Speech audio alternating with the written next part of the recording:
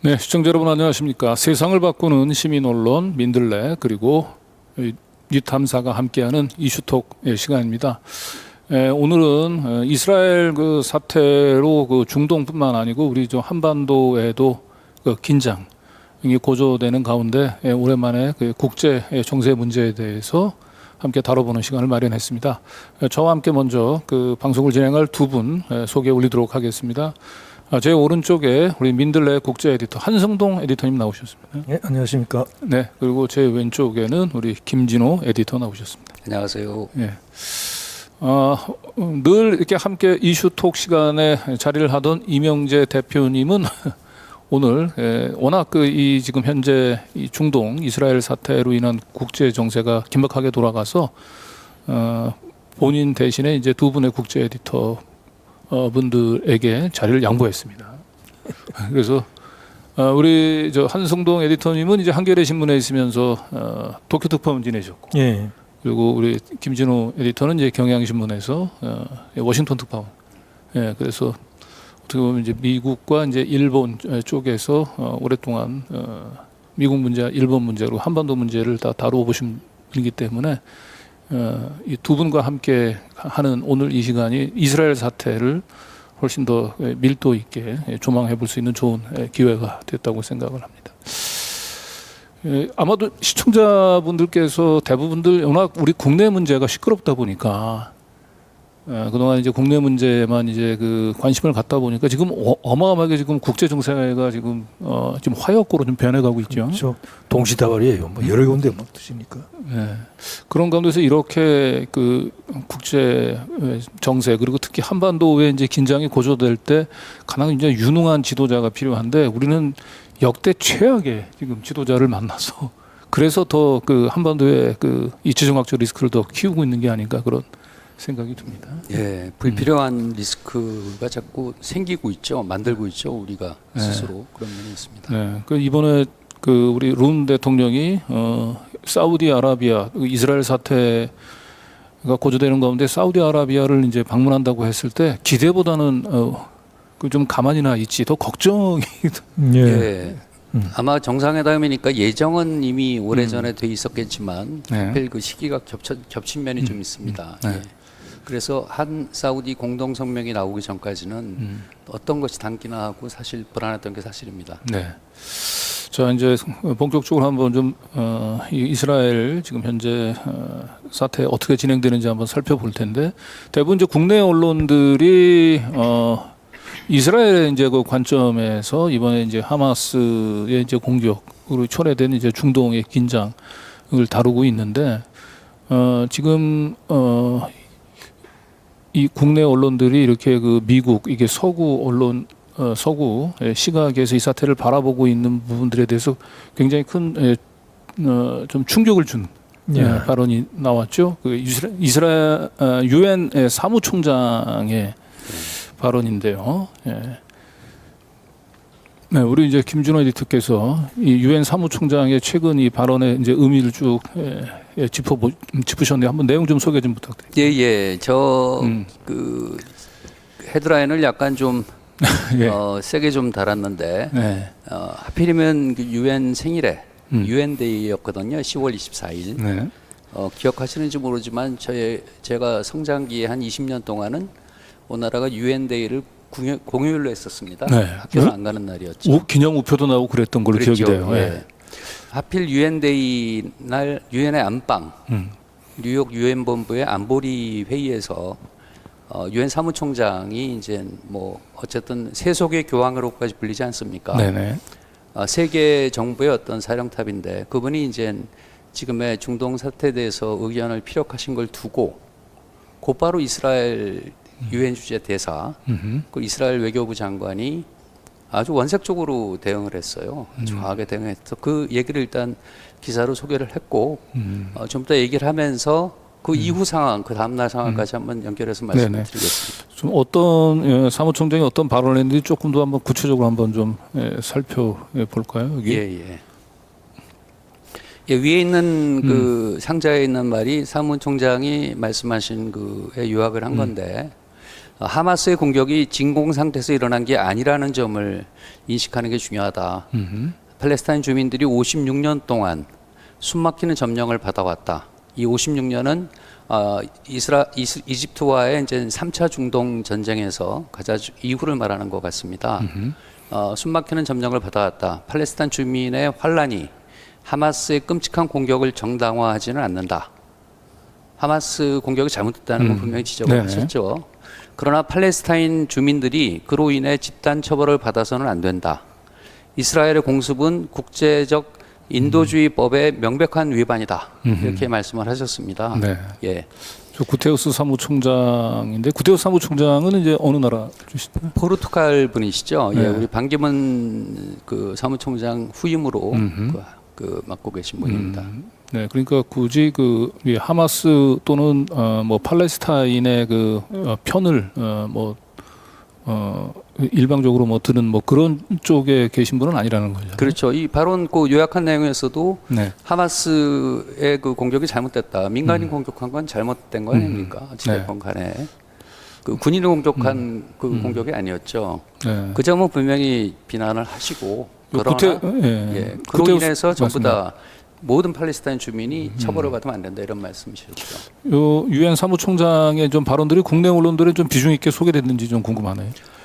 국내 언론에서 뭐 공방식으로 그 보도들이 많이 된 것 같습니다. 네. 사무총장이 이렇게 말했더니 이스라엘이 이렇게 반박했다 이렇게만 다뤘는데 저는 이 문제를 이게 하필 아까 모두에 말씀드렸지만 이게 유엔 데이에 일어난 일이고 유엔의 권위, 유엔 안보리의 기능이 무력화된 지는 꽤 오래됐지만 그 이 상징적인 날에 상징적인 어떤 유엔의 사령탑이 이런 모욕을 당해도 되는 것인가 이런 생각이 좀 들어서 그런 네네.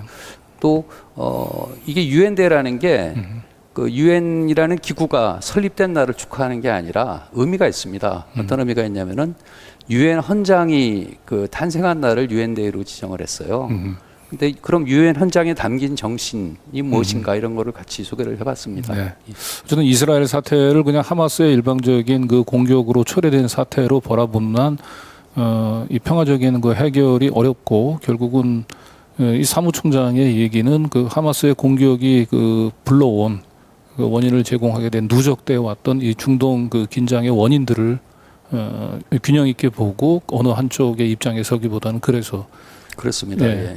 그러한 이제 이 국제적인 그 조정 노력이 좀 필요하다 이제 그런 점을 강조한 것 같은데 예, 그렇습니다. 이 구테우스 사무총장의 발언에 대해서 주 유엔 이스라엘 대사가 아주 맹 비난을 퍼붓는데 예. 어떤 내용인지 한번 보겠습니다. 이게 안보리 회의 중에 나온 얘기인데 그 회의가 진행되는 중에 이스라엘 대사 길라드 에르단 대사와 엘리 코헨 이스라엘 그 외교부 장관이 동시에 그 곧장 인젠 X 계정에 그 글을 올렸어요. SG라고 표현을 하나요, 그냥? SG는 사무총장을? 예. 보통 이렇게 유엔에 세크레터리 계신 분들이 제너럴. 입에 붙은 말인데 네. 세크레터리 제너럴, 제너럴, 그 네. 사무총장을 줄여서 그냥 SG라고 네. 표현을 많이 합니다. 그래서 실제 이 사람의 말 안에 SG라고 표현을 해서 그렇게 제가 달았고요. 네네. 저기 나온 것은 그 안보리 이후에 안보리 회의장 밖에서 기자회견을 열었었는데 이스라엘 측이 거기서 나온 말들입니다. 네네. 사무총장은 이스라엘인들의 고통을 전혀 고려하지 않고 있다. 하마스 공격이 진공 상태에서 일어난 게 아니라고 점잖은 사람, 정상적인 사람이면 하지 말았어야 할 말이다. 대체 사무총장이 어떻게 그런 말로 하마스의 잔인한 공격을 정당화할 수 있는가? 즉각 사과하라. 그리고 즉각 사퇴하라. 이런 요지의 발언을 공개적으로 했죠. 네네. 그리고 코헨 외교부 장관은 그 이전에 이미 X 계정을 통해서 이날 안보리 회의가 끝나고 이스라엘 외교부 장관과 구테우스 사무총장이 양자회담을 하기로 했는데 그 회담을 안 하겠다. 이렇게 일방적으로 그냥 발표를 해버렸어요. 네네. 예. 이 주 유엔 이스라엘 대사의 이제 시각은 이제 우리 그 국내 주류 언론들의 뭐 시각하고도 뭐 거의 틀리지 않은 것 같고요. 근데 네. 그 하마스의 공격이 진공 상태에서 일어난 게 아니다라고 하는 이 유엔 사무총장의 이제 발언과 관련해서 우리 이제 한승동 에디터가 도대체 그러면 이스라엘 이 문제는 어디서 하마스가 왜 이스라엘 기습을 하게 됐는지 이제 그 이유를 이제 좀 짚어 주셨는데요. 예. 한번 좀 소개 좀 부탁드리겠습니다.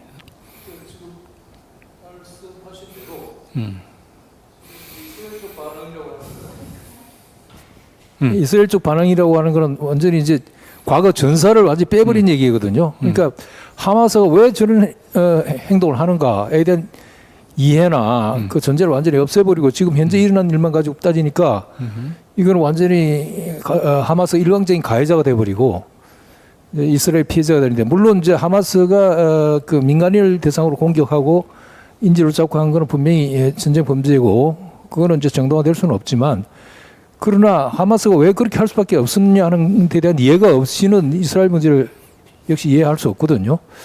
그래서 왜 지금 이 시기에 하마스가 저런 일을 했을까, 사건을 저질렀을까, 그걸 이제 좀 이해가 필요하다고 저는 생각합니다.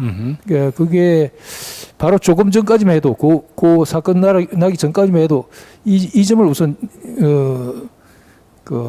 기억을 해야 될 텐데요. 이게 이스라엘 내에 지금 팔레스타인 자치 지역이 두 군데로 되어 있습니다. 가자 지구하고 그다음에 요르단강 서안 쪽인데, 그러니까 가자 지구는 지금 문제가 되고 있는 건 아주 좁은 데예요. 365 평방킬로미터밖에 안 돼. 우리나라 군 정도의 넓이인데 한 230만 명이 살고 있고요.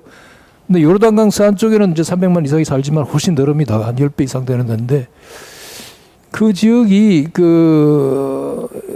특히 네타냐후 정권 작년 말에 재집권한 네타냐후 정권이 거의 극우 정권인데다가 지금 충분히 이제 단독 과반수를 지난 선거에서 못 차지했기 때문에 극우 정당을 또 더 끌어들였어요. 그래가지고 더 극우적인 정책을 쓰면서 그 대표적인 게 뭐냐면 그 요르단강 서안에 있는 그 원래 자치 지역인데 이 이스라엘 극우 정권이 그쪽에 유대인들을 계속 보내가지고 그 땅을 이제 잠식을 하는 겁니다. 계속 정착민을 내보내는 거예요. 그러니까 거기 살고 있던 이제 팔레스타인 사람들이 계속 쫓겨나오고 집 뺏기고 땅 뺏기고 하니까 거기서 굉장한 문제가 일어났어요. 그 과정에서 저항하면서 올해만 해도 한 247명의 팔레스타인이 목숨을 잃었어요.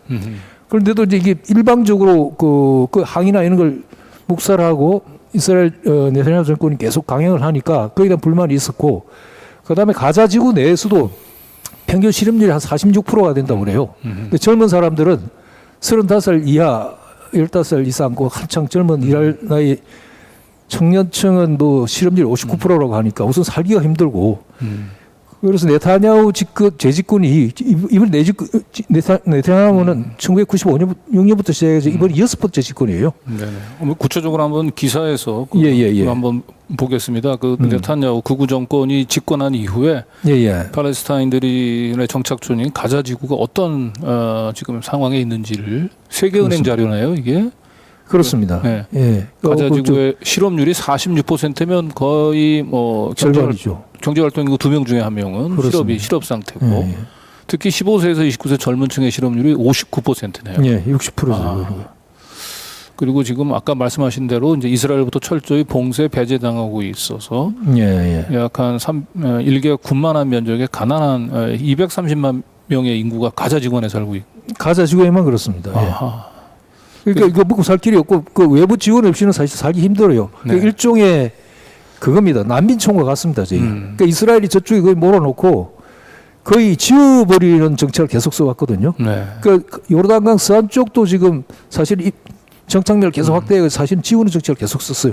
이번에 하마스가 이렇게 대응한 것은 그에 대한 저항이라고 직접적으로는 저항이라고 할 수 있어요. 네, 그러니까 가자 지구는 뭐 거의 지금 이미 참혹한 상황, 실업률이 지금 50%.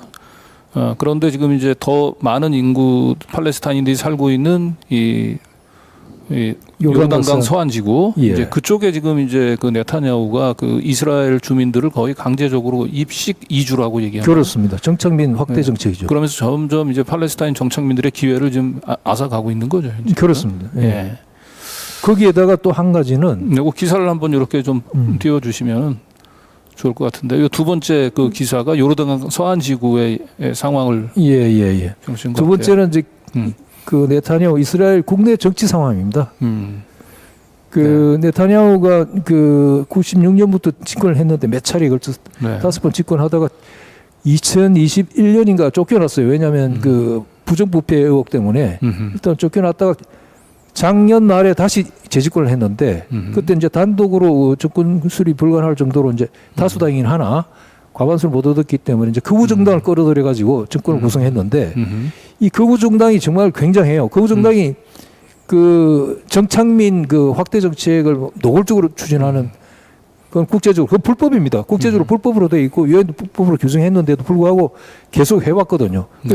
그 전에는 좀 눈치를 보고 했지만 이번 눈치도 안 보고 막 그냥 밀고 나가니까 네.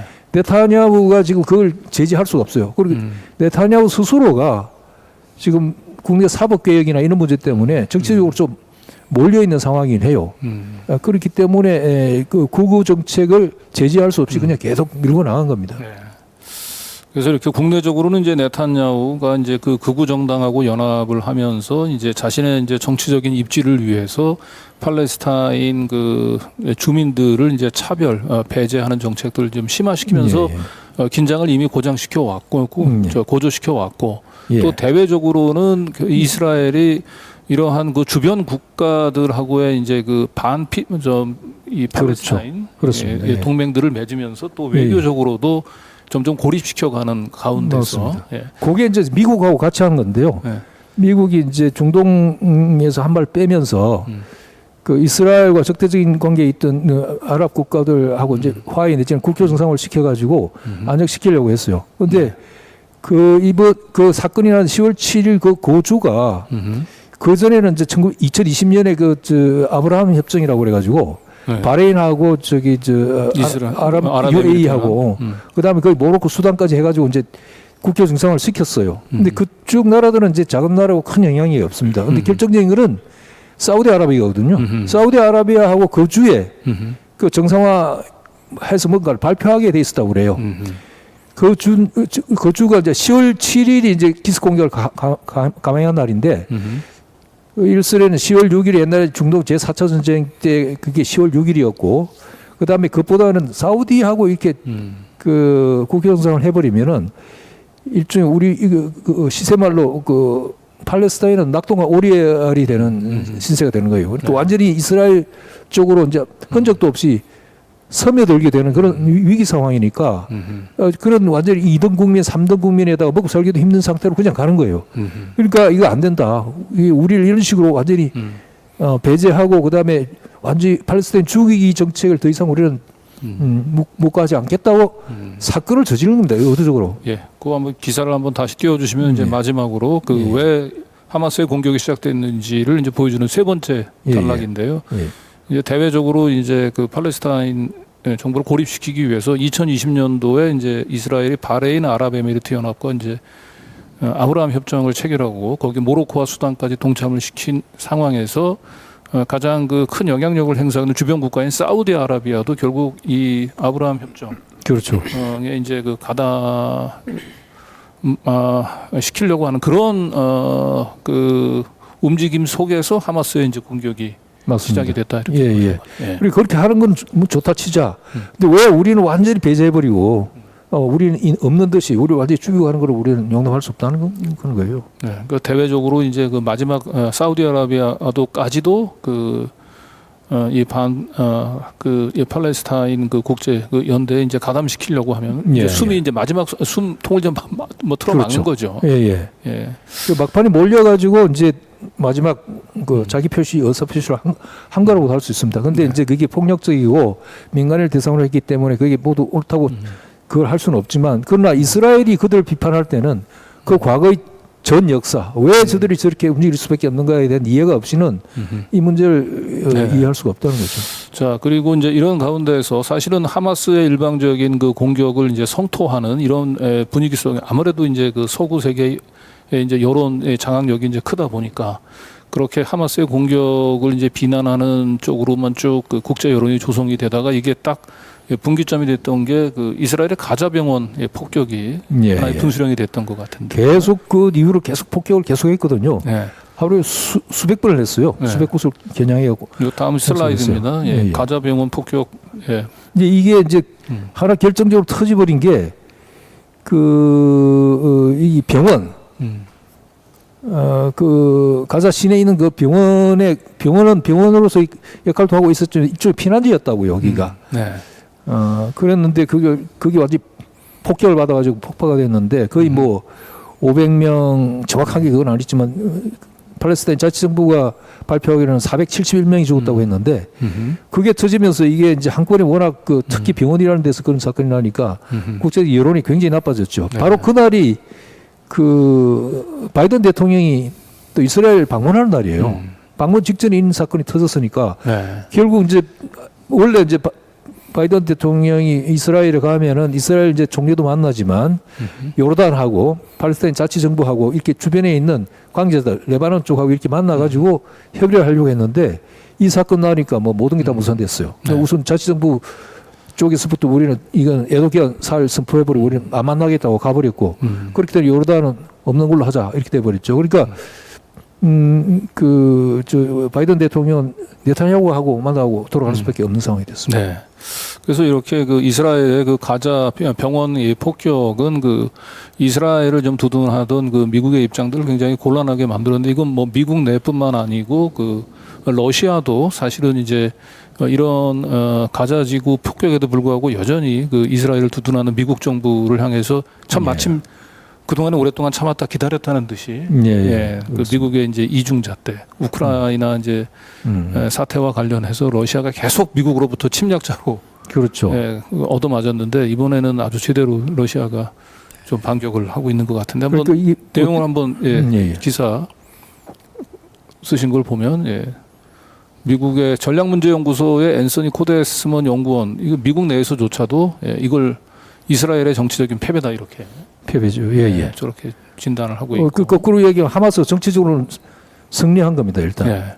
그래서 이제 유엔에서 저 가자지구 폭격을 계기로 해서 군사적 충돌 중단을 촉구하는 결의안을 채택하려고 했는데 미국이 이 시도를 갖다가 막아버린 거죠. 그러니까요. 이게 참 명분이 없는 일입니다. 우선 많은 인명 사고가 났는데도 불구하고 그 전투 중단 일단은 그 정전 쪽으로 가자는 그 결의안을 부결시켰어요.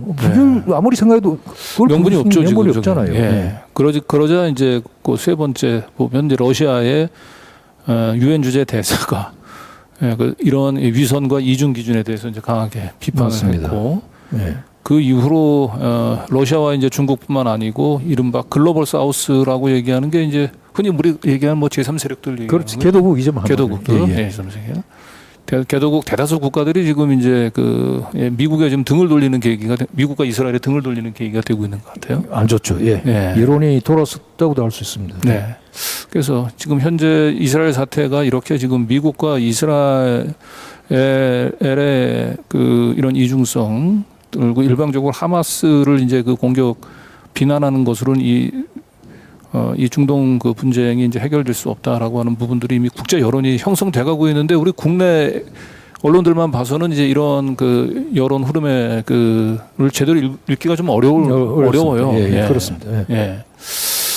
자, 우리는 아무래도 미국 특히 미국 쪽 그 매체들의 영향을 그 무비판적으로 그냥 받아들이는 것 같아요. 우리가 그런 한계를 갖고는 있다고 하지만 잘 가려서 비판적으로 봐야 되는데 그냥 미국 편을 드는 거죠. 결과적으로 보면 미국 편 들고 그다음에 우리나라 사람들이 그 기독교 정서라고 그럴까요? 사실은 유대교는 기독교하고 좀 다른데 우리나라 사람들은 이스라엘에 그 동정이라고 할까 이게 엄청나잖아요. 거의 절대적이죠. 자, 이런 가운데서 우리 또 김진호 에디터가 지금 이제 이스라엘 사태와 관련해서 그 주변 국가, 중동 주변 국가들은 지금 어떤 동향을 보이고 있는지를 좀 분석을 하셨는데요. 요 다음 슬라이드입니다. 지난 21일 날 그 이번 사태 이후에 이집트 정부가 이제 제안을 해서 카이로에서 그 평화 정상회의가 열렸습니다. 이번 사태 평화적 방안을 모색해 보자고 열렸는데 이 회의가 하루 만에 끝났지만 그나마 어떠한 공동 성명도 도출하지 못하고 끝났습니다. 그러니까 각자 할 말하고 그냥 다 헤어졌는데 그 이면에서 이 평화를 주창하고 회의를 주최한 이집트조차 얼마나 그 팔레스타인 주민들에 대해서 가혹한지 그런 이면을 좀 헤쳐보고 싶어서 그걸 했습니다. 단순히 평화 정상회의라는 외교 이벤트에 관심을 두기보다는 그날 이제 이 가자 지구가 직사각형처럼 돼 있지 않습니까? 맨 위에 한번 요 지도를 한번 예, 보면서 그 다음 슬라이드에 지도를 보시면은 네. 맨 위쪽에 있는 거기 LH 검문소라고 저건 이스라엘군의 검문소입니다. 맨 위쪽에 맨 위에 그 네. 직사각형 변 중간쯤에 있지 않습니까? 네. 그리고 맨 밑에 보면은 라파라고 이제 영어로 써 있는데 거기가 이제 이집트와의 통로예요. 그러니까 가자지구 전체가 왼쪽은 바다에 있고 오른쪽은 이스라엘이 철책을 쳐놨고 출구가 두 개인데 LH는 이스라엘군이 하는 검문소다 보니까 팔레스타인 주민들이 다닐 수가 없죠. 유일하게 국제사회의 인도적인 그 구호 물품들이 들어가는 통로가 바로 라파 왼쪽 네. 밑에 있는 이집트 국경에 시나이 반도에 붙어 있는 네. 라파인데 네. 이 이집트 정부는 뭐 말로는 평화 정상회의를 열고 뭔가 멋있게 우아한 그 외교 이벤트를 가졌지만 지난 7일 그 사태가 시작되고 나서부터 완전히 봉쇄를 했습니다. 라파 그 통로를. 네. 이집트 정부에서 예. 여기 참고로 가자 지구는 그 2007년이죠. 하마스가 집권을 한 시점부터 지금까지 26년 동안 봉쇄돼 있었습니다. 그러니까 창살 없는 감옥이라는 말들도 하고 있고 그 이스라엘 우파 특히 네타냐후로 대표되는 이스라엘 우파는 사실 우파가 아니라 극우죠. 이스라엘 극우는 하마스의 무기 공급을 차단한다 이런 명분으로 수시로 그 국경은 사실상 차단을 해놓고 수시로 수도물 끊고 전기 끊고 뭐 구호물품 들어가는 것도 막았고요. 2011년쯤에는 하다 라파 통로가 안 열리니까 그 국제 구호단체들이 그 배로 구호선으로 구호물품을 가자지구에 전달하려는데 그걸 또 폭격을 해가지고 포격을 해서 또 침몰시킨 적도 있었어요. 네. 그런데 죄송합니다. 이번 사태가 터지니까 더더욱 그 구호물품이 필요하지 않겠습니까? 그렇겠죠. 예. 일단 병원들 같은 경우에는 물과 뭐 의약품도 의약품이죠. 아주 기본적으로 전기가 끊겼기 때문에 전력이 끊겼기 때문에 수술하는데 필요한 어떤 최소한의 에너지도 없어요. 그걸 이제 연료로 이제 그 휘발유나 이런 원유로 휘발유로 이렇게 해나왔는데 그 연료 공급마저 이제는 안 되니까 절실한 상황입니다. 그런 상황에서 계속 닫고 있었습니다. 그리고 카이로 회의를 하고 나서 그날 처음 개방을 해서 사태 이후 처음 개방을 해서 대형 트럭 20대 분의 구호물품을 통과하게 해줬어요. 근데 20대 분의 그걸 받은 게 하루 필요량의 3%랍니다. 하루 필요량의 3%. 거의 예. 뭐 800대, 1000대 트럭이 들어가야 평상시에 필요량이 되는데 충족이 되는데 하루에 800대, 900대. 예. 예. 근데 거기다 지금 그 가자지구 북부에 있는 주민 110만 명 정도를 또 남쪽으로 소개하라고 그래서 네. 한 7, 80만 명이 이미 내려와 있지 않습니까? 네. 더 많이 필요합니다. 그런데 20대를 다 통과시키고 그 다음 날 17대를 통과시켰어요. 네. 그 이집트 입장에서는 이스라엘 그 사태로 인한 그 난민들이 이제 본인 자국 국경을 넘어서 이제 자국으로 넘어오는 맞습니다. 그 예. 부담을 다 일방적으로 떠안는 기는 좀 부담스럽다라고 하는 걸 그렇죠. 이것으로 표시한 거네요. 네. 그게 그 카이로 평화 정상회의 석상에서도 이스라엘과 국경을 맞대고 있는 이집트하고 요르단, 이집트의 대통령과 요르단의 그 압둘라 국왕이 가장 강조한 게 그겁니다. 팔레스타인인들이 이전돼서는 안 된다. 이집트나 요르단을 넘어와서는 안 된다. 이걸 제일 강조한 거죠. 그러니까 그 안에서 계시는 가자 지구 주민들이 목숨이 경각에 달려 있는 상태에서 이분들은 그걸 이제 걱정하고 특히 이집트 같은 경우 라파 통로를 닫아버린 거죠. 네. 지난 사실 16년 동안 거의 닫혀 있었습니다. 라파 통로는. 네. 그런 부분을 한번 짚어봤습니다. 네. 이게 중동 국가도 지금 이렇게 제목을 딱 뽑았듯이 인도주의가 아닌 이제 이기주의 차원에서 철저하게 참 이스라엘뿐만 아니고 주변 국가들로부터 이 팔레스타인 그 난민들은 좀 버림을 받고 있는 상황이네요. 예.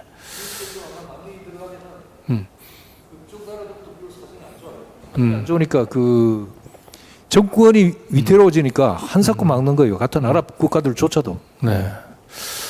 자, 그리고 이제 지금 이스라엘 사태와 관련해서 이제 미국의 한번 이 정치 구도를 한번 좀 살펴보도록 하죠. 지금 이제 이 이스라엘 문제 사태 문제 해결은 그 이제 바이든의 이제 그 재선 고지하고도 뭐 자연스럽게 이제 연결되는 아주 굉장히 핵심적인 이제 이슈로 좀 떠올랐습니다. 예.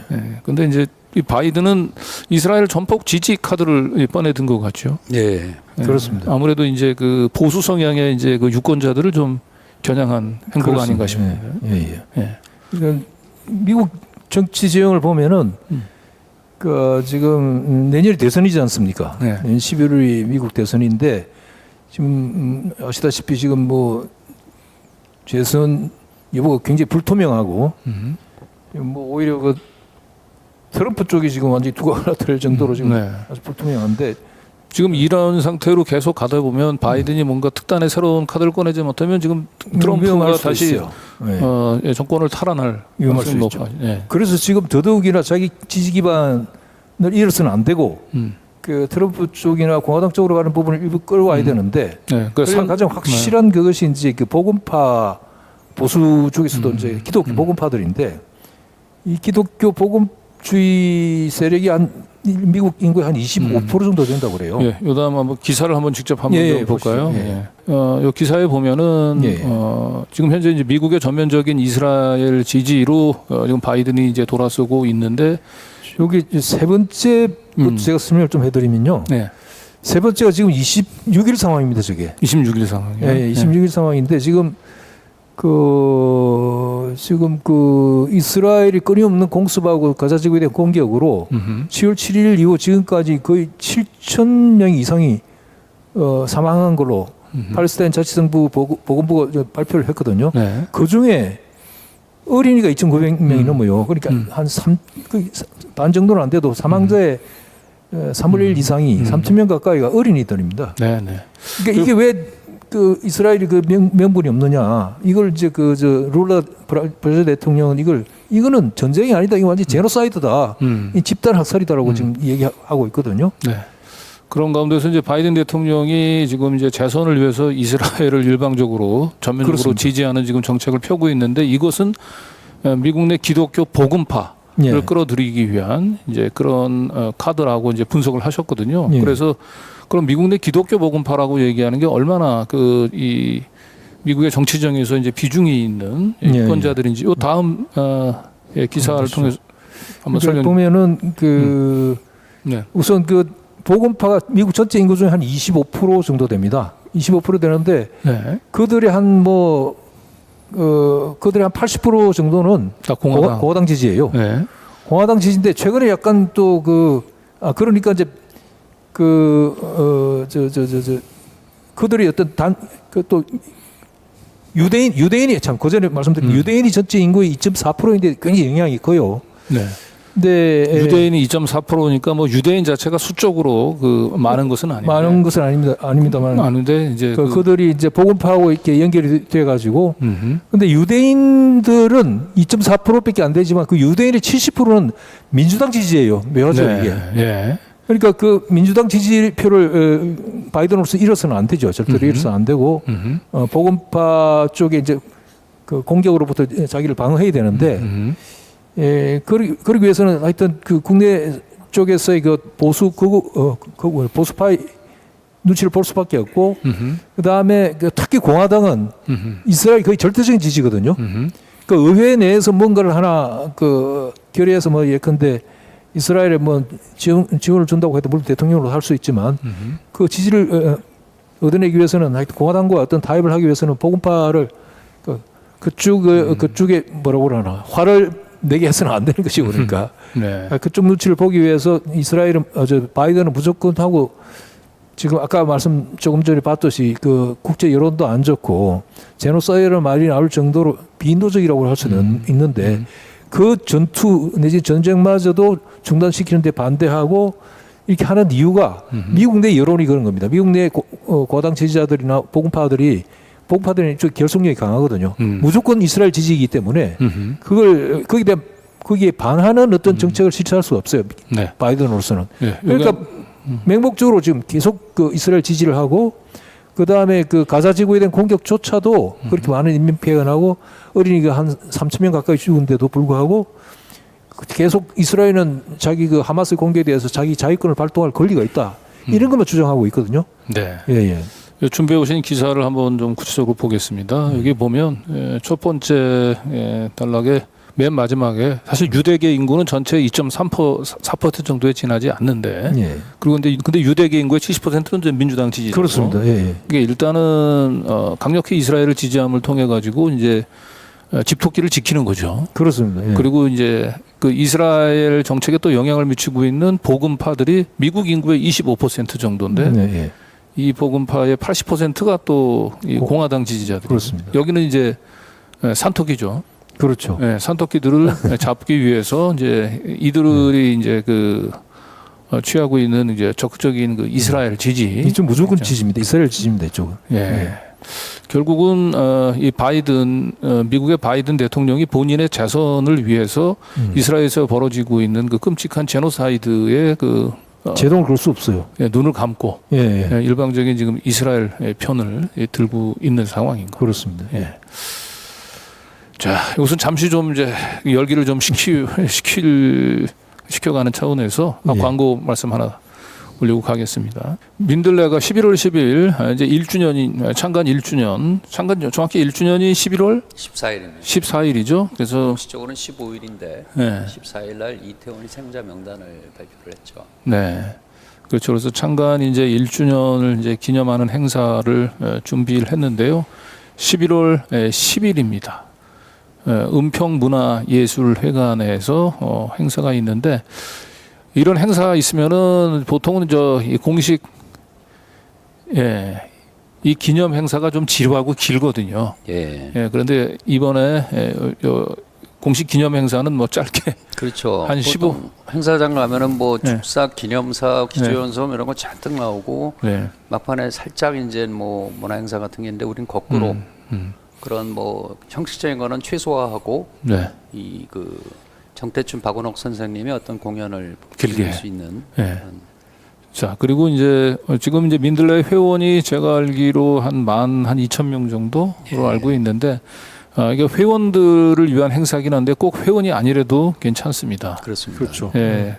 이게 사실은 이런 이게 디지털 이쪽에 익숙하지 않으신 분은 이게 민들레를 이제 보면서도 회원 가입을 안 하신 분들도 있는데, 그렇죠. 예, 그 민들레 이제 후원하는 마음만 가지고 오시면 됩니다. 그럼요. 꼭 회원이 아니래도 좋으니까 11월 10일 6시 반 은평문화예술회관에서 민들레 1주년 창간 1주년을 축하하는 우리 정태춘 박은옥 공연에 많이 와주셨으면 좋겠고, 저도 이 행사에서 우리 시민분들하고 이제 그 저희가 인터뷰하는 제가 코너를 맡아서 진행을 합니다. 저도 함께 인사를 드리겠습니다. 그래서 우리 시민들의 손으로 키운 민들레가 지금 1주년 어떻게 성장했는지 직접 와주셔서 격려해 주시고 더 큰 발전을 또 위해서 격려를 해주셨으면 좋겠습니다. 자, 다음은 그 서구 언론에서 이 하마스 사태로 얘기하고 있는데 하마스의 이제 공격을 비난하는 이런 서구 언론에 맞서서 예. 이 이스라엘의 일방적인 차별 그리고 팔레스타인에 대한 배제 정책 때문에 이제 신음하고 있는 이 정착촌에 있는 우리 팔레스타인 주민 예. 입장, 그 목소리들 아주 대변한 기사죠. 우리 지난주에도 한번 잠깐 소개는 했습니다. 아, 그랬군요. 네. 예. 그 베이루트에 본부가 있고 그 미국과 프랑스 등에도 이제 사무실이 있는 팔레스타인 학 연구소라고 있습니다. IPS인데 여기 홈페이지를 좀 들어가 보니까 사실은 지난 14일자 좀 됐습니다. 그 이사라는 이름의 팔레스타인 주민 30살이고 가자지구에 살고 있는 주민이죠. 예, 가자지구에 살고 있는 팔레스타인 주민이고요. 이분이 그 세계인을 상대로 헬로우 월드 뭐 이런 인사로 시작을 해서 편지를 썼습니다. 자기의 인생도 얘기를 하고 이분은 아주 운이 좋아서 번인편으로는 아주 운이 행운을 2번이나 얻은 사람이에요. 한 번은 영국 외무성에서 주는 영국 외교부가 주는 쉐브닝 장학금을 받아서 영국 워워크 대학에서 이제 경영학 석사를 했습니다. 그리고 영국 내 잡을 오퍼를 많이 받았는데 자기 뿌리가 있는 가자지구로 돌아가겠다고 결심해서 와서 팔레스타인 아까 말씀하신 한승동 에디터께서 말씀하신 것처럼 특히 청년들이 거의 대부분 60%가 지금 실업이라고 해요. 근데 그 청년들의 어떤 일자리를 찾아주는 그렇게 해서 청년들의 능력을 증진시키고 또 잡과 연결시켜주는 이런 일을 하고 있습니다. 근데 이분이 이제 편지를 보낸 그 내용인데 네. 우리가 이제 그 이 주민 가자 주민들이 처한 현실을 뭐 학자나 아니, 저널리스트나 이렇게 전해서 듣는 걸러서 듣는 게 아니라 그대로 육성을 들을 수 있구나. 그래서 이제 소개를 했고요. 네, 요 청년이 다음 슬라이드를 한번 보여주시죠. 예. 예. 저 내용은 이제 편지의 마지막 대목입니다. 마지막 대목. 제가 맨 밑에 보면은 발신인을 미개한 인간 짐승이라고 이렇게 자신을 표현했는데 네. 인간 짐승이라는 표현은 이스라엘 국방부 장관이죠. 요아부 길라딘 그 국방부 장관이 이번 사태 이후에 모든 전기와 물과 그 식품과 모든 걸 끊으면서 완전 봉쇄에 다시 들어가고 공습을 시작을 하면서 그들은 인간이 아니다. 인간 짐승이다. 이런 식으로 휴먼 애니멀이라고 표현을 했어요.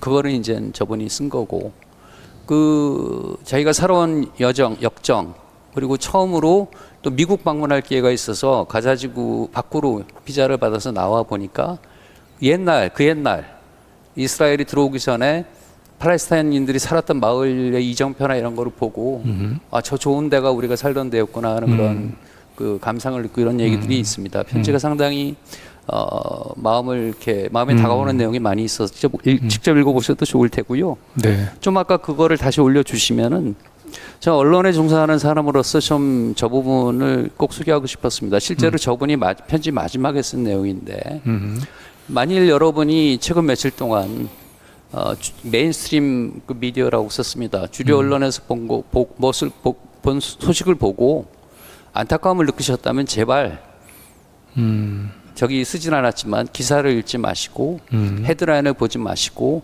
가자에서 나온 사진과 동영상을 자세히 좀 봐주기를 바란다. 왜냐하면 자세히 들여다보면은 점령자들, 즉 이스라엘이 훨씬 더 잔인하다. 그러나 저기 길어서 제가 좀 생략했습니다만 그 다음에 뭐라고 썼냐면은 그러나 저는 여러분이 그러지 않을 걸 알고 있습니다. 왜? 주류 언론은 우리에게 어떤 것도 보여주지 않았기 때문입니다. 그러나 당신 가슴이 있다면 진실을 찾아 발견할 것입니다. 그리고 그러면서 이제 먼저 제안한 것처럼 사진과 동영상을 좀 자세히 봐달라고 그런 당부를 했죠. 네네. 예.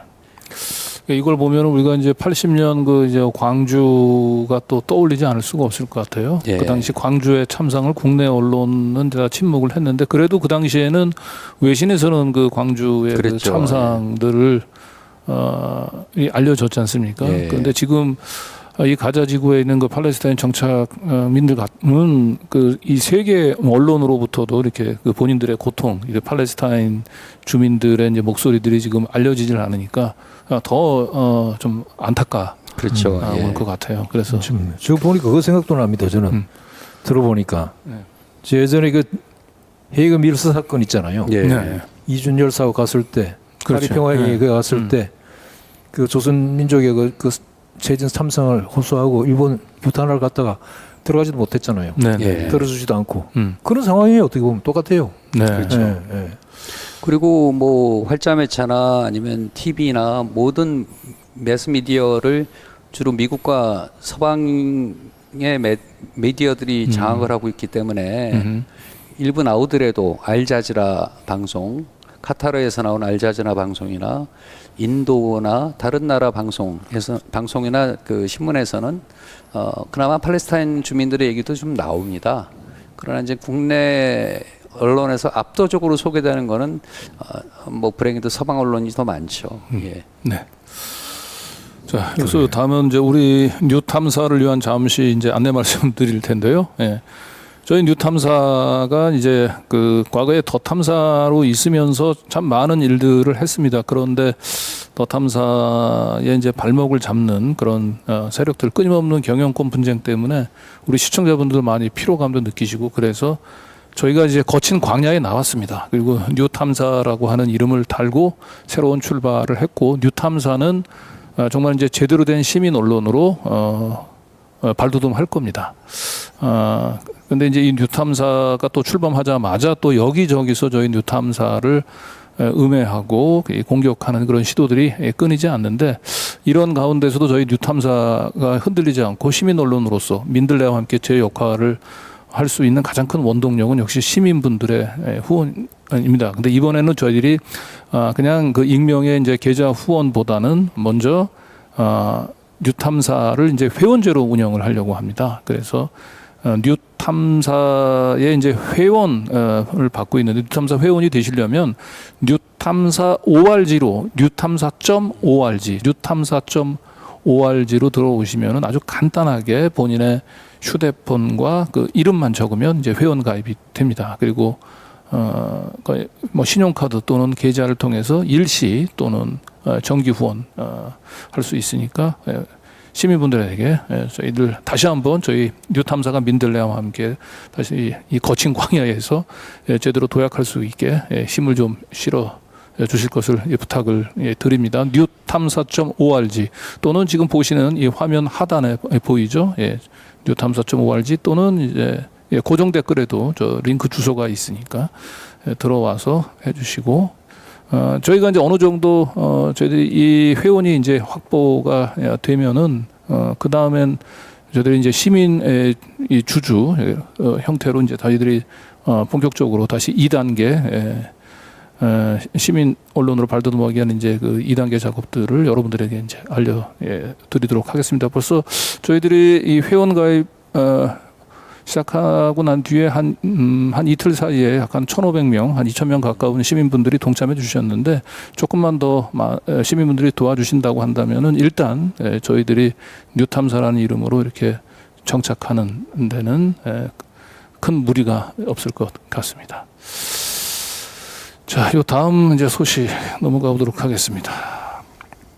자, 이제 중요한 거는 이렇게 이스라엘 사태가 단순히 중동 문제로 끝나지 않는다는 거죠. 이게 그대로 우리 그 한반도의 이제 그 긴장으로 연결될 수밖에 없는데, 이런 가운데서 좀 윤석열 대통령이 세계 그 정세의 흐름들을 제대로 읽고 이 평화의 이제 중재자로서의 역할을 해야 되는데, 지금 윤석열 대통령의 행보를 보면 뭐 전혀 지금 제대로 된 그 상황에 대한 인식도 하지 못하고 있는 것 같고, 거의 거꾸로 우리의 긴장을 고조시키는 방향으로 지금 자꾸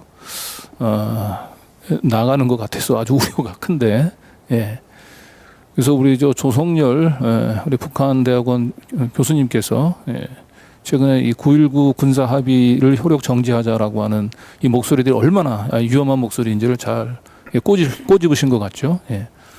예, 그렇습니다. 이 역시 지금 이번 정부의 이제 특성이 이제 대통령이 한마디를 하면은 다 그렇습니다 하고 이제 그쪽으로 가는 이런 분위기가 좀 있는 것 같아요. 그 과정에서 좀 생산적인 토론이라든지 깊이 있는 어떤 검토 작업 같은 게 생략된 상태로 대통령이 이 끝에서 곧장 밑에 장관의 이 끝으로 가서 실행이다 이런 식으로 가고 있는데, 이 안보 문제에 있어서까지 이런 식으로 간다는 것은 대단히 위험한 면이 있습니다. 그래서 저희 고정 칼럼니스트이신 그 조성열 북한대학원대학교 초빙 교수께서 좋은 글을 써주셨습니다. 이 계기는 작년 10월달에 왜 먼저 저기 우리 시청자분들을 위해서 그 9.19 군사 합의 가장 핵심적인 내용이 뭔지를 좀 소개 좀 부탁드리겠습니다. 9.19 군사 합의는 2018년 남북 정상회담, 평양에서 열렸던 남북 정상회담에서 그 별도로 정상회담 합의문과 별도로 군사 분야의 어떤 합의를 했던 그런 것입니다. 주요 내용은 분계선, 군사 분계선 주변의 어떤 그 서로 적대적인 행동을 자제하고 또 해상에는 완충 구역을 또 두고 또 공중에도 이렇게 그 완충 공간 같은 걸 두고 이런 게 주 내용인데, 작년 10월에 북한이 해상 완충 구역 내 안으로 방사포를 사격을 했어요. 위반이죠. 9.19 합의를 위반했습니다. 그랬더니 대통령이 즉각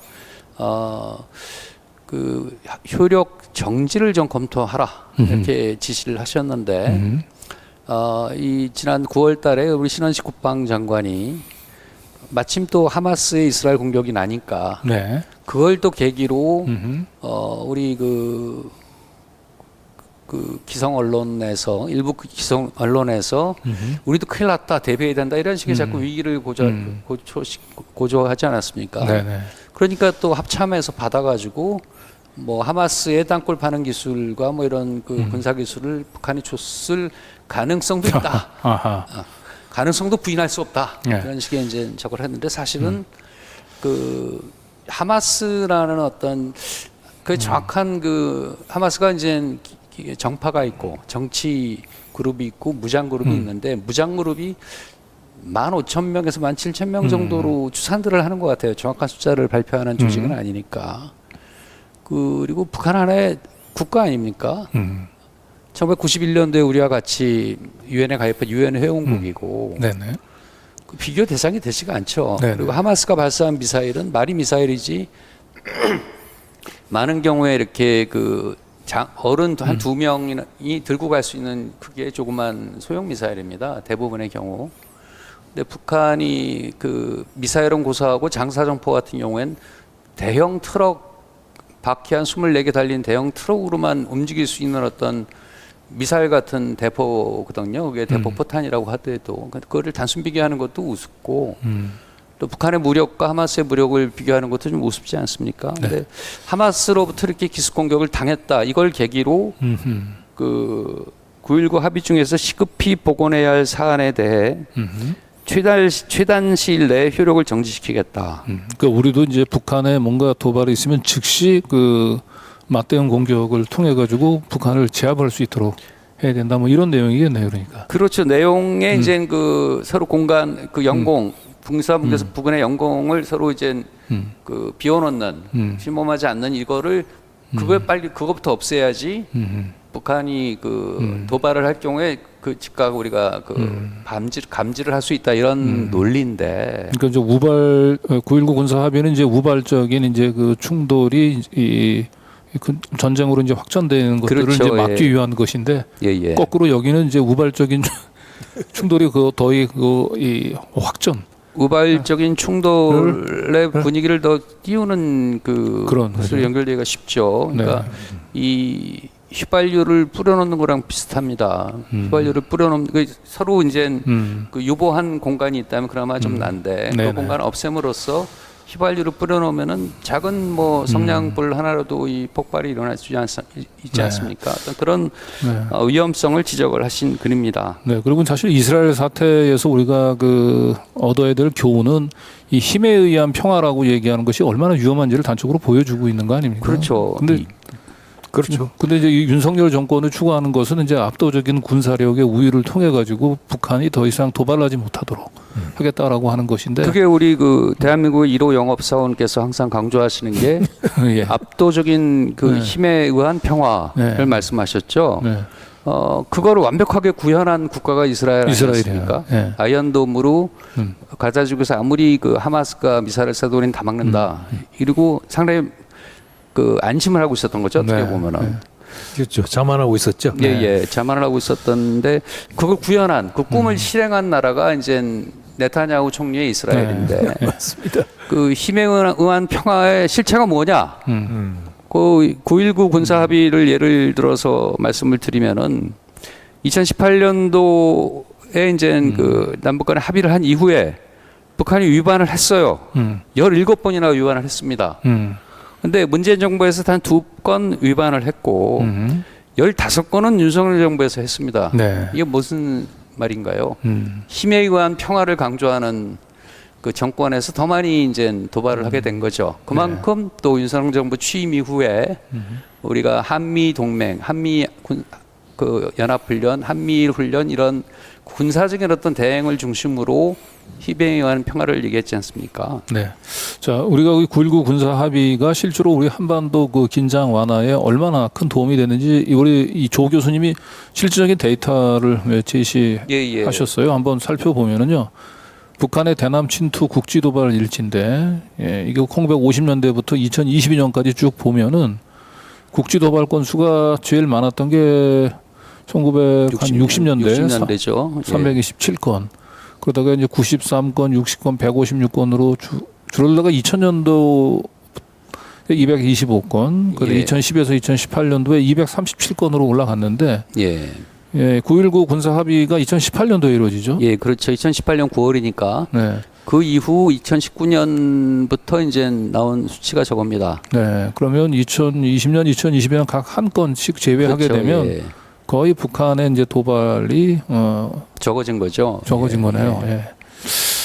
자, 뭐 다행히 저는 제 그 아들이 요 그 9.19 군사 합의가 있고 난 이후에 아, 그때 좀 제 아들은 뭐 전방에서 근무하긴 했습니다만은 걱정 없이 지냈어요.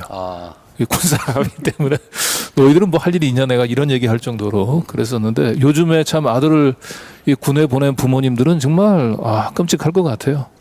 네, 그렇죠. 불안할 것 같습니다. 무슨 일이 일어날지 정말. 네. 워싱턴 근무할 때 미국 분들한테 그 아주 인상을 받았던 대목 중에 하나가 어떤 정치인이건 간에 대통령은 물론 뭐 하원의원 상원의원 누구건 간에 가장 무겁게 입에 무겁게 말하는 대목이 바로 그겁니다. 우리나라의 젊은이들을 네. 위험 지역에 보내는 거에 대한 어떤 그 책임과 그 미안함과 이거는 거의 그냥 그 골수에 사무쳐 있다시피 이렇게 나오는 얘기들이에요. 함부로 보내지 않겠다. 우리 젊은이들 그런 얘기를 하는데 이거는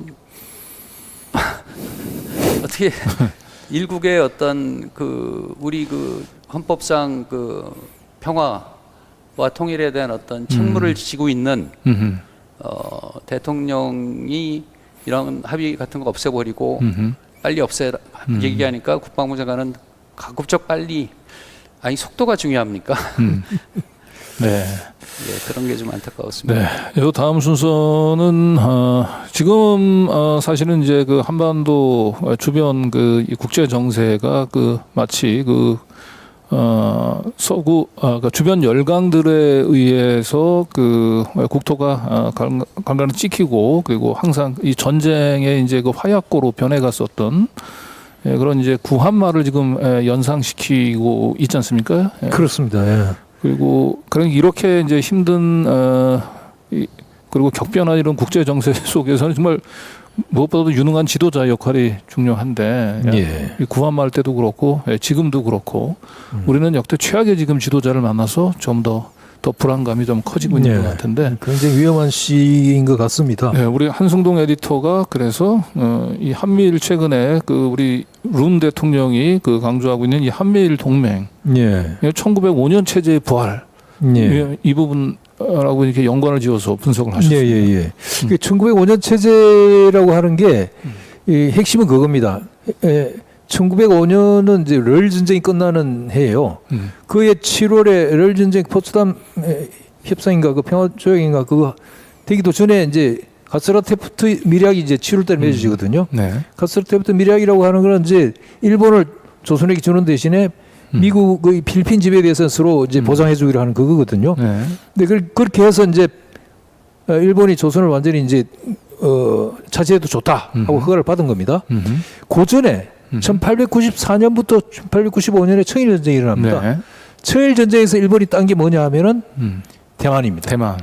그러니까 일본 제국의 시작 출발점이라는 것은 그 오키나와를 갖고 그 오키나와 작은 땅이에요. 그러니까 대만과 조선을 말해서 복속시키면서 이제 일본 제국이 시작되는 겁니다. 이제 그 본격적인 팽창이 시작되는데 그게 이제 2차 대전 패전에 의해서 도로 뺏겼잖아요. 내놓았잖아요. 이제 조선도 내놓고 대만도 내놓고 그걸 대신 차지한 사람이 사람이 아니라 국가가 미국이죠. 그러니까 말하자면 이 글의 이제 포인트는 그겁니다. 이게 일본 사람이 그부가 쓴 책에 나오는 얘기입니다. 극동 1905년 체제라고 하는 것은 일본 제국의 출발점이었고 그것이 우리 패전에 의해서 다 없어졌다가 미국이 다시 점령으로 들어오면서 지금 그동안에 대만과 한국을 일본이 마음대로 하지 못한 가장 그 끊어진 연결고리가 뭐냐 하면은 한일 간의 역사 문제 때문에 계속 삐걱거리고 안 됐단 말이죠.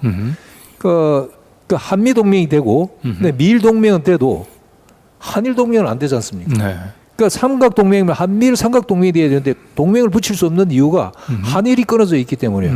근데 윤석열 정권이 들어오면서 그걸 완전 접합시킨 겁니다. 다시 접합시키고 사실상 접합시킨 거죠. 네. 그러니까 모든 저 과거사를 다 돌려버리고 이미 우리는 따지지 않겠다고 그러고 일본이 요구하는 조건대로 다 들어줬잖아요. 그래서 비로소 한일 간의 이제 연결고리가 생기면서 사실상 그 지난 88 캠프 데이비드에서 한미일 정상회담 한 그거는 그걸 공식 선언한 거다. 이건 이제 준 동맹이다. 그런데 사실상 동맹이라고 하는 거죠. 그래서 1905년에 대만과 조선을 토대로 한 일본 제국이 출발했듯이 이제 미국이란 맥에 의해서 미국이 지휘하는 한미일 동맹에 의해서 그것이 다시 부활된 거다. 네. 지금 상황이 그런 거다. 거기에 결정적인 공헌을 한 게 우리 윤석열 정부다. 그런 얘기입니다. 이게. 네. 요 기사를 한번 좀 띄워봐 주시면은, 예, 우리 이 한승동 그 에디터의 이 기사인데요. 예, 예. 그러니까 1895년 이제 청일 전쟁으로 일본이 대만을 점령하게 되고 1905년 러일 전쟁으로 사실상 이제 조선을 복속시키게 되고 이 일본의 이제 그 조선 지배를 이제 그 정당화했던 게 이제 그 유명한 이제 카스라 그렇습니다. 부타 예. 밀약인데 이제 이 1905년의 체제가 이제 전후에는 다시 이제 미일 동맹이라고 하는 형태로 맞습니다. 예. 다시 살아나고 있다라고 하는 건데 네. 이런 가운데서 이런 열강들의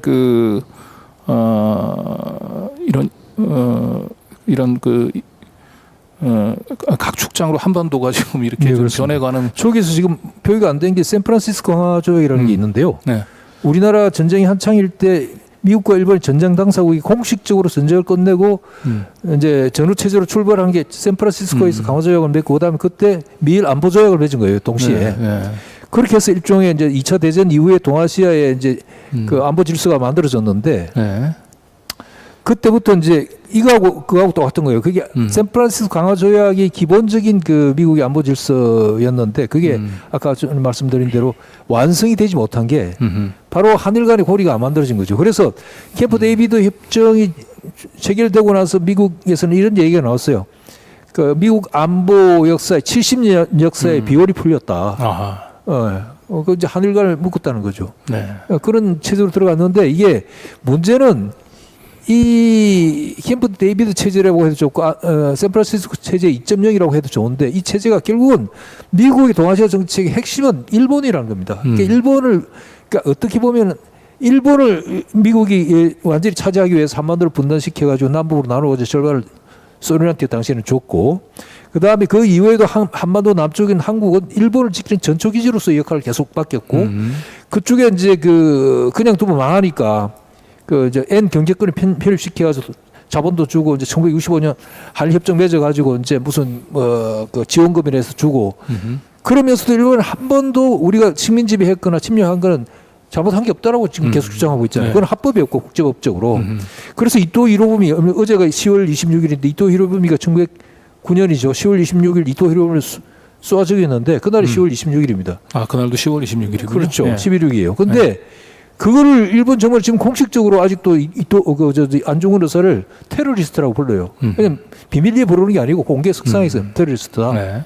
그건 뭐냐면 우리 식민지나 침략에 대해서 한 번도 일본은 일본이 잘못한 거 없고 잘한 거고 그것 때문에 한국이 이만큼 발전했고 국제법적으로 합법이었다고 지금도 주장하고 있는 거예요. 그 체제를 그 1905년 체제를 완벽하게 지금 미국이 바라던 건데 그게 네. 미국 일본이 중심으로 한 동아시아 체제죠. 그게 이제까지 모르는 역대 우리 정부는 그거 아니다. 분열된 남북은 빨리 합쳐져야 되고 예 그렇게 해야 이 동아시아에서 안정이 영원한 평화가 이룩될 수 있다고 하는 게 이제 평화 프로세스고 남북 합치는 거 화해하고 근데 일본은 계속 그걸 방해해요. 못하게 계속 했어요. 그러니까 저 논문의 주제는 왜 일본은 남북한의 화해와 통합을 왜 계속 방해하고 못하게 하느냐.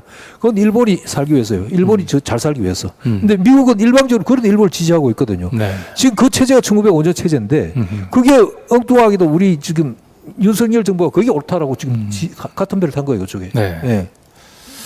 그러니까 이제 1905년에 이제 이 동아시아의 이제 일본 지배를 이제 미국이 그 정당화했고 지금 이제 그 똑같은 이 카스라 테프루타 미략 체제가 이제 부활 조짐을 보이고 있는데 1905년 당시야 뭐 우리 조선이 이제 주권이 사실상 그 일본에 뭐 넘어가 있는 상태이고 어쩔 수 없다 하더라도 지금은 우리가 그 당당히 주권 국가로서 그 우리가 미국하고 일본의 이익이 중요한 게 아니고 우리의 국익이 중요한데 그렇죠. 지금 캠프 데이비드 협정에서 윤석열 대통령이 마치 한미일 안보 동맹의 강화로 우리의 국익이 더욱 더 그 강화된 잘 지켜낸 것처럼 이렇게 얘기를 했습니다만은 이거는 거꾸로 결국 미국과 일본의 동아시아 지배 전력에 사실상 한국이 들러리를 쓰겠다라고 하는 것에 그냥 도장을 찍고 그렇습니다. 심하게 말하면 주권 반납이라고도 할 수 있습니다. 들러리라고 표현은 너무 좀 고상한 표현이고, 고상한 표현이고. 총알이 날아드는 상황에 맨 앞에 서 있게 됐다. 그렇죠. 자, 그래서 이제 마지막 이제 소식인 것 같은데요. 어쨌든 이 중동 분쟁, 이 중동 이스라엘 그 사태로 인한 중동 분쟁이 고조되는 가운데 갑자기 윤석열 대통령이 사우디로 간다 그래서 여러 가지 관심을 불러 일으켰는데요. 특히 이제 사우디는 온 11월 달에 지금 발표가 예정이 돼 있죠. 11월 28일 날 그 1차 투표를 합니다. 투표를 합니다. 2030년 좀 엑스포 그 유치 경쟁 국가인데. 그 지금 이제 엑스포 그 2030 엑스포 개최 국가 발표를 한 달 정도 앞두고 지금 룬 대통령이 갑자기 사우디를 갔어요. 그래서 도대체 그 사우디에서 어떤 대화를 나눴고 뭘 얻었고 뭘 줬는지 여러 가지 이제 관측들이 나오고 있는데 그거 한번 마지막으로 우리 김진호 에디터 설명 들어보시겠어요? 예, 이번 그 사우디 방문 결과 한국과 사우디가 발표한 공동 성명을 보면은 44개 조항으로 돼 있어요. 무슨 법전처럼 상당히 내용이 긴데 사실은 대부분 경제적인 그 경제 협력 부분을 많이 다루고 있고 그리고 현재 중동 정세에 대해서는 아주 원칙적인 얘기들만 했습니다.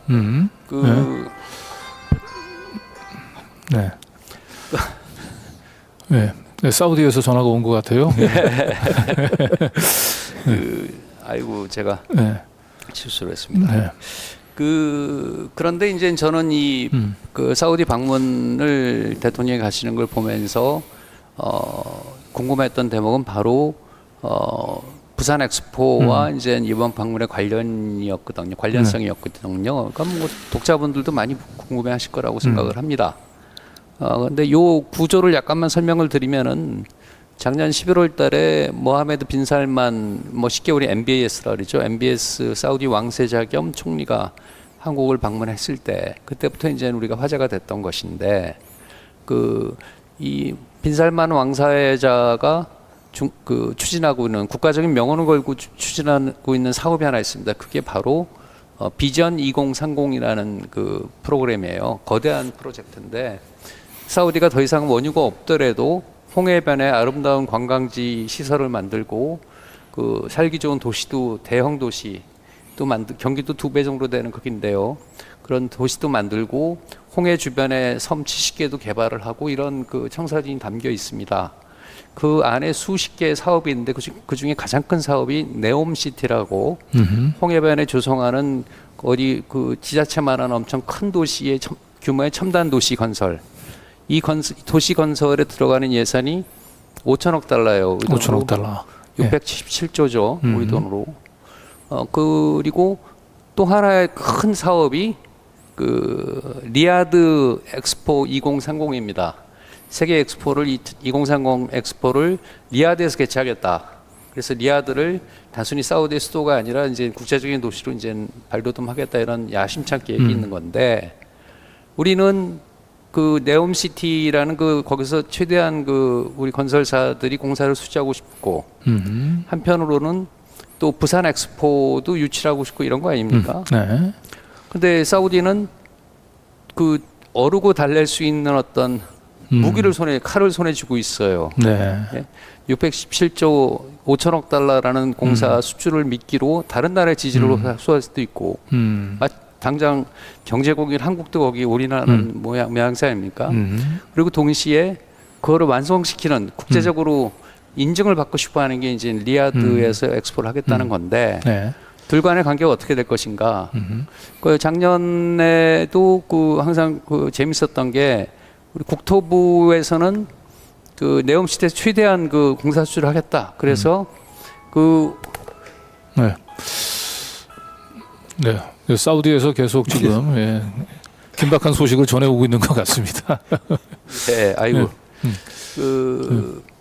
그렇게 했고 외교부에서는 그 부산 엑스포를 유치하겠다. 그래서 엑스포는 원래 산업자원부가 주부 부처거든요. 거기랑 같이 원팀을 만들고 네. 그래서 각기 따로 놀았었어요. 그 다음에 이제 총리 주재로 이제 그 같이 유치 활동을 벌이곤 했고 기억들 하실 겁니다. 지난 9월달에 대통령이 유엔 총회 참석차 뉴욕에 가셨을 때 3박 5일 동안인가 그동안 뭐 40여 개국의 정상들을 만나서 부산 엑스포 지지를 호소했다. 맞아요. 플리카드도 그랬어요. 네. 이틀인가 사흘에 40여 개국을 만났으면 그걸 양자 회담을 했다고 그 표현을 했는데 대통령실에서 가능합니까? 그냥 뭐 그냥 얼굴 그냥 그리고 특히 엑스포 유치 같은 거는 서로 거래거든요. 그렇죠. 예. 우리가 이거 줄 테니까 이거 지원해 달라. 근데 그 40여 개국을 이틀 동안 그게 네. 그렇게 복잡한 우리 네. 거래를 할 수 있는 시간이 됐을까요? 예, 눈도장 그 찍을 시간도 없었을 것 같아요. 그거는 예, 잠깐 그 만나서 수많은 인사하고 뭐 악수, 저기 예. 그 노룩 악수죠 말 악수하고 그대로. 그러는 예. 건데 예. 그게 상당히 불안하죠. 그런데 그러니까 일종의 알리바이를 만들기 위해서 이렇게 많이 그 사람들을 만나고 외국 생산들을 만났고 만났다는 걸 대대적으로 홍보한 게 아닌가 이런 합리적인 의심을 할 수밖에 없습니다. 대통령 예. 쪽에서는 정상 외교 차원에서는 최선을 다했으나 그 결국 밑에 것들이 제대로 하지는 못해서 결국 우리가 부산 엑스포 유치 실패한 것이다. 그리고 몇 달 이런 뭐 전에 알리바이를 만들려고 하는 게. 예, 국제 박람회 기구 BI 본부가 있는 파리를 방문해서 그 마크롱 그 프랑스 대통령과도 만나서 이런저런 얘기를 했는데 그때도 뭐 지지를 호소했다는데 마크롱은 이미 1차 투표에서는 사우디를 지지하겠다고 발표를 했거든요. 원래 비밀 투표라서 발표를 안 하는데 그만큼 딜을 했겠죠 서로. 2차 투표는 뭐 그때 가서 결정하겠다고 얘기를 했는데 그러니까 우리 그가 실제로 이렇게 제스처와 모션만 보여주고 실제로 뭘 하고 있는가. 근데 네. 지금 현재 판세를 정확하게 알아보기 쉽지 않습니다. 왜냐하면 비밀 투표였기 때문에 네. 대부분의 국가들이 말을 안 하죠. 네. 그런데 하나만 예를 들면 대통령이 그 사우디 빈살만 왕세자를 만나기 전날 리야드에서 걸프 협력 기구 GCC와 아세안 정상회의가 있었어요. 근데 그 자리에서 아세안 정상들이 사우디 지지를 표명했다고 사우디 가제트지가 보도를 했어요. 사우디 정부 관계자들의 말을 인용을 해서 사우디는 그럼 GCC 걸프 지역 국가들 6개 국가들은 물론 중동, 아프리카, 그다음에 아세안, 또 유럽에서도 프랑스도 지지를 하지 않았습니까? 네네. 그런 곳곳에 지지를 받고 있고 그래서 그 70여 개국의 지지를 이미 확보했다 이런 그 어떤 몇 달 전에 내놨습니다. 네. 그 이탈리아도 한 40-50개국을 얻었다고 얘기를 하고 있고 유럽 국가들은 대부분 프랑스를 제외한 대부분의 국가들은 이탈리아를 지지하고 있죠. 로마인데요, 도시가. 한국은 몇 개 얻었는지 발표를 안 하고 있죠 지금. 모르겠어요. 네. 외신에 나오는 얘기들은 30개, 네. 40개 얘기가 나오는데 우리 그 부산 엑스포 조직이나 추진하는 분들의 거기 입장은 공식적으로 나온 입장은 공식 비공식으로 나온 입장은 막상막하다. 막상막하다. 네. 2차 투표에서 우리는 그 마치 이제 이걸 먼저 설명드려야겠군요. 이게 경쟁 유치를 희망하는 도시가 2개 이상일 때, 3개 이상일 때는 지금 세계죠. 로마하고 리야드하고 예. 부산. 예. 네. 그래서 1차 투표에서 가반이 안 3분의 2를 얻지 못하면은 3분의 1을 얻지 못하면 예, 결선 투표를 하는 거죠. 2위 간에 이제 결선 투표를 하게 돼 있습니다. 그러니까 이제 그 우리 측에서 말하는 것처럼 막상막하고 2차 투표를 본다는 얘기인데 그러면 1차 투표에서 리야드가 사우디가 1위, 이탈리아가 2위하고 이탈리아 2위를 한국이 한다. 그리고 2차 투표에 가서 이탈리아를 지지했던 표들을 한국이 받는다 이런 얘기인데 네. 상당히 넘어야 될 산이 많죠. 네. 그게 이루어지려면은 그래서 좀 불안한 상황인데 여기 그 근데 지금 뭐 요 관련해서 우리 한동훈 장관까지도 지금 뭐 엑스포 유치를 위해서 몰타하고 안도라인가요? 예, 예. 거기 방문했는데 그 한동훈 장관 방문한 다음에 몰타가 아마 사우디를 지지하고 안도라가 로마를 지지한 그러니까요. 거로. 예. 그러니까 이분들이 뭘 하는 건지 이게 우리 국민의 세금으로 그 출장을 가고 그랬을 텐데. 어제 사실 제가 모처럼 이제 저녁 시간대 이제 그 경제계 인사들을 좀 만났는데 이제 그분 얘기는 사실상 룬 대통령이 사우디를 간 것은 이제 사우디에 우리 엑스포 유치 포기 의사를 얘기하면서 그 대가로 뭔가 사우디로부터 뭘 얻어내러 간 것 같다. 사실상 포기한 것 같다. 이제 이런 관측들이 뭐 좀 지배적인 것 같아요, 이미 경제계 쪽에서는. 일단 뭐 재계 전문가들이 말씀하시는 게 그 데이터를 갖고 말씀하시는 건 아니고 관측이니까 네. 우리가 이제 관측을 일일이 소개해드리긴 그럴 것 같고 다만 이번 그렇지 않아도 그 부산 엑스포에 대한 관심들이 많으니까 질문들이 많이 들어갔는데 출발 전부터 출발 전 대통령실 브리핑에서는 이번 정상회담에서 거론을 안 한다 이렇게 말을 했어요. 그랬는데 지난 22일이죠. 22일 날 리야드 현지에서 대통령실 고위 관계자가 그 기자 브리핑을 했는데 그 자리에서는 또 질문이 들어갔죠. 거론하지 않는다고 하지만 진짜 없었냐 이런 식의 이제 언론 질문이 들어가니까 내놓은 말이 있습니다. 한번 볼까요? 그게? 마치 자기 생각인 것처럼 얘기를 했는데 상당히 좀 음미할 대목이 좀 있지 않나 싶어서 소개를 하고 싶은데요. 저 대통령실 고위 관계자는 김태효 안보실장 아닌가요? 그건 우리나라는 공식적으로 이렇게 익명을 많이 쓰죠. 네. 예, 미국이나 특히 미국이나 프랑스 같은 나라들은 익명을 요구할 때 반드시 이유를 밝힙니다. 네. 이래서 익명을 요구하는데 우리 그냥 여기부터 무조건 익명 이렇게 얘기를 해서 김태효 국가안보실 제1차장이라고 말할 수 없습니다. 네, 알겠습니다. 대통령실 고위 관계자입니다. 네. 근데 저분이 말씀하신 건데 실제 말은 이제 존댓말로 했어요. 양 정상께서 똑같은 마음을 갖고 계실 것이다. 선의의 경쟁을 하되 결과에 대해 서로 축하하고 이후 준비 과정에 충분히 협력하겠다는 마음가짐을 갖고 있을 것이다. 네. 이것은 뭐 근데 이걸 왜 전혀 자신감이 보이지는 않고요. 어떤 점을 음미를 해야 되냐면은 우리가 만일에 그 부산이 떨어졌다. 그럼 그럴 수 있습니다. 부산이 떨어졌으면은 어차피 사우디가 막 오일 달러를 뿌리고 막 많은 나라의 지지를 이미 확보한 상태에서 힘든 싸움이 했으니까 뭐 졌지만 잘 싸웠다. 젖잘싸 모드로 가면서 준비하는데 필요한 거 우리 충분히 도와주겠다 이렇게 할 수 있지 않겠습니까? 네. 또 사우디 네옴시티 공사도 수주해야겠고. 근데 반대로 사우디가 졌다고 한번 상상을 해보세요. 그러면 말씀드렸다시피 빈살만 왕세자가 사우디 건국위에 최대 규모의 그 사업을 진행하고 있는데 그 많은 사업 중에서 양대 기둥 같은 사업이 하나는 국내적으로는 네옴시티 건설이고 그 모든 건설이나 새로 만든 새로운 사우디를 세계에 보여주는 무대가 리야드 2030 엑스포거든요. 근데 그걸 말해 줬다. 근데 무슨 선의 경쟁이었으니까 뭐 그렇죠.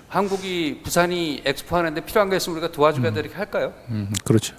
근데 사실은 이게 우리 빈살만 왕세자가 지난해 이제 그 방한했을 때 그때 사실은 이제 그런 관측이 나왔었잖아요. 이 그렇죠. 왕세자가 아마 한국에 그 엑스포 유치 한국이 이제 우리한테 그 협조해주는 대신 우리가 그 네옴시티에 대한 그 좀 한국 기업들의 참여를 좀 보장해주는 뭐 이런 차원의 좀 딜이 오고 가지 않았을까. 이미 작년에 그런 얘기들이 나왔었는데 결국 그런 얘기를 듣고 나름대로 우리 정부에서는 엑스포 유치를 위해서 노력을 해봤는데 역시 역부족인 걸 이제 절감을 하고 지금 이제 최종 결과 한 달 앞두고 사우디한테 가서 사실상 항복을 하면서 대신 뭐 결선 투표에서 우리가 한국 정부가 캐스팅 보트를 행사할 수 있는 역할은 되니까 우리가 당신 사우디를 지지하는 대신에 좀 양보하는 대가로 뭔가를 좀 얻어내기 위한 마지막 협상을 하러 간 게 아닌가 여러 가지로. 근데 저는 좀 접근 방식을 좀 달리했으면 좋겠다고 생각이 드는 게요.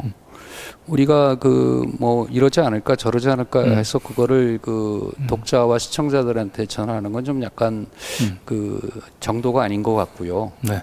여태까지 나온 구체적인 얘기를 전해드리고 네. 그 이걸 연결할 수 있는 가능성은 그 독자나 시청자분들께서 직접 네. 찾으시도록 하는 게 낫지 않을까 싶은데 네. 네. 작년에 그런 관측들이 있었죠. 그런데 그 이렇게 팩트를 정리해 보면 어떻겠습니까? 작년에 왔을 때 그 두 가지를 연계해서 그 발표를 안 했습니다. 한국 정부는. 그리고 네. 국토부와 외교부 각각 따로 두 마리 토끼를 두 방향에서 잡겠다고 그랬고 빈살만 왕세자는 290억 달러의 그 경제협력 그 양해각서라고 그러죠. MOU를 체결을 했어요. 뭔가 줬죠 우리한테 네. 이미. 네. 네. 예. 그러니까 그 다음에 가로 열고 가로 닫고 뭐가 있었을 것이다 생각할 수는 있습니다. 그 다음에 이제 그런 관측들이 많아서 부산 이거 포기하는 거 아니냐. 우리 그 모션만 그 보여주고 제스처만 취하고 결국은 리야드가 가져가는 거 아니냐 이런 그 안타까움이 부산 지역 중심으로 많이 나오지 않았겠습니까? 그렇죠. 그 나온 거에 대해서 정부의 답변 입장이 한덕수 총리를 비롯해서 무슨 소리냐. 우리 열심히 뛰고 있다. 이렇게 강조를 했어요. 그 클라이막스가 이제 9월 25일 날 유엔 총회 차 뉴욕에 가신 그 대통령께서 그 40여 개국 정상들에게 지지를 당부했다. 이거를 대서특필을 하게 했고 유도를 했고 그랬죠. 그래서 지금 투표를 딱 한 달 정도 남긴 상황에서 이미 아무리 사전에 예정이 돼 있다 하더라도 사전에 예정을 잘못한 거 아닙니까? 11월 28일 날 두 나라가 명운을 걸고 결투를 앞두고 있는데 한 달 전에 거기를 찾아가는데 엑스포 얘기는 거론을 안 한다. 이런 거였잖아요. 좀 이상하지 않습니까? 많이 이상하죠. 예, 그러니까 이상한 이런 거 그 결론은 독자분들, 시청자분들께서 추론이 가능한 거니까 굳이 뭐 이렇게 그 추측을 전할 건 아닌 것 같습니다. 예, 뭐 같은 얘기를 하는 것 같은데. 어쨌든 지금 한 달 앞으로 다가온 그 엑스포 그 2030 그 개최국 발표 지금 여러 가지 상황을 볼 때 우리는 매우 좀 그 기대하기 좀 어려운 상황으로 자꾸 몰려가고 있는 것 같고 의아해요. 왜 의아한 거죠? 왜 이랬을까? 왜 이랬을까? 이런 의아함만 자꾸 많아지고. 그하고 조용하네.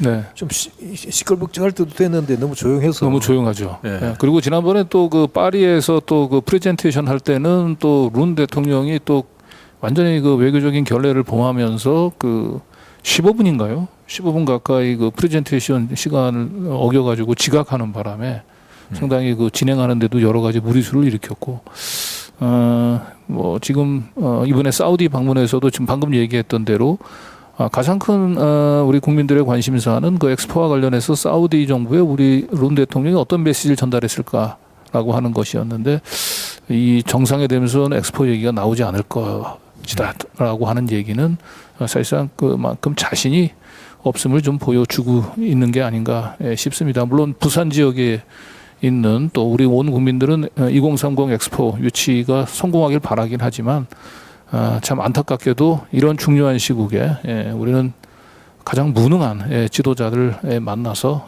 지금 상황을 낙관하기는 매우 어려운 상황인 것 같습니다. 그게 단순한 전시회를 한번 하고 안 하고 이런 문제가 아닌 것 같습니다. 부산 경남 지역의 그 미래를 걸고 그 대규모 SOC 사업도 벌이고 그 한반도 남부를 진짜 그 새로운 신세계로 만들어서 그 엑스포가 간단치 않습니다.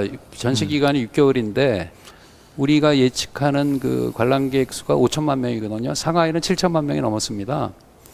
그 부대 그 또 많은 일자리를 만들 수가 있고 그 우리 부산 경남 지역 중심으로 한반도 남부의 어떤 번영을 그 담보하는 출발점이 될 수가 있는데 그 너무 이렇게 조용하지 않습니까? 어떻게 되고 있는지 뭐 이런 게.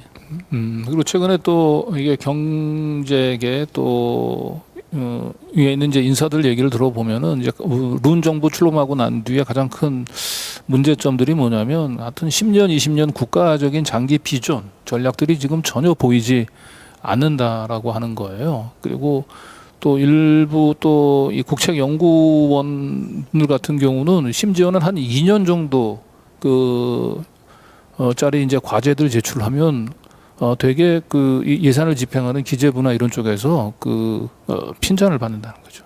뭐 2년씩이나 걸리는 그 과제를 제출했냐는 식으로. 그래서 거의 지금 장기 비전이 좀 부재한 상태인데, 지금 우리는 부산 엑스포를 주최해서 부산을 기점으로 해서 우리 국가 전체적인 발전 기획 전략이 뭔지 비전이 뭔지 전혀 저조차도 모르겠고요. 근데 지금 사우디 같은 경우는 확실히 얘기를 들어보니까 예. 본인들이 이제 더 이상 그 석유 생산을 할 수 없을 때 그래도 지속적인 뭐 사우디뿐만 아니고 이 새로운 어쨌든 그 사우디를 만들어가기 위한 이벤트로서 그 확실한 이제 비전을 제시하고 있어서 내가 표를 가진 입장에서도 사우디에 그렇죠. 예. 아무래도 좀 주고 싶을 것 같아요. 예. 저 이상 이렇게 저희들이 민들레 이슈톡 저희 준비한 모든 주제들 다 다뤄봤습니다. 이제 마무리 해야 될 시간인 것 같은데요. 두 분 힘들게 이렇게 또 멀리까지 찾아오셔서 감사드리고. 예. 방송 중에 이 사우디에서 자꾸 전화가 와서 네. 아주 곤혹스러웠습니다. 사우디에서 걸려온 이제 긴급 소식은 이제 민들레에서 보는 예. 걸로. 빈살만 왕세자의 그 첩보망이 엄청나다고 들었는데, 이 별내까지 어떻게 알아가지고 예. 말을 하지 말라는 얘기가 아니었나 싶습니다. 네. 자, 방송 환경이 근데 굉장히 좋아진 것 같습니다.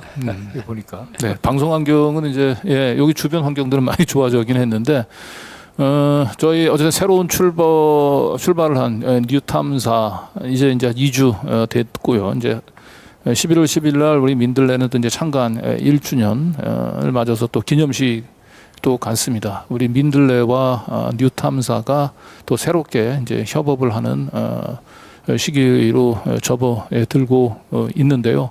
룬 정부에서 뭐 10년, 20년제가 그 장기 비전이 없다라고 얘기를 했는데, 저희 뉴탐사하고 민들레는 정말 10년, 20년을 내다보고 우리 한국의 언론 지형들을 바꾸기 위한 실험들을 해 나가고 있습니다. 저희 민들레와 뉴탐사의 꿈이 실현될 수 있도록 민들레에 대한 지속적인 후원, 그리고 뉴탐사에 대한 회원 가입, 뉴탐사.org 잊지 마시고 우리 시민들의 또 응원, 격려 부탁 드리면서 오늘 방송 여기서 마치도록 하겠습니다. 두 분 수고하셨습니다. 네, 수고하셨습니다. 감사합니다.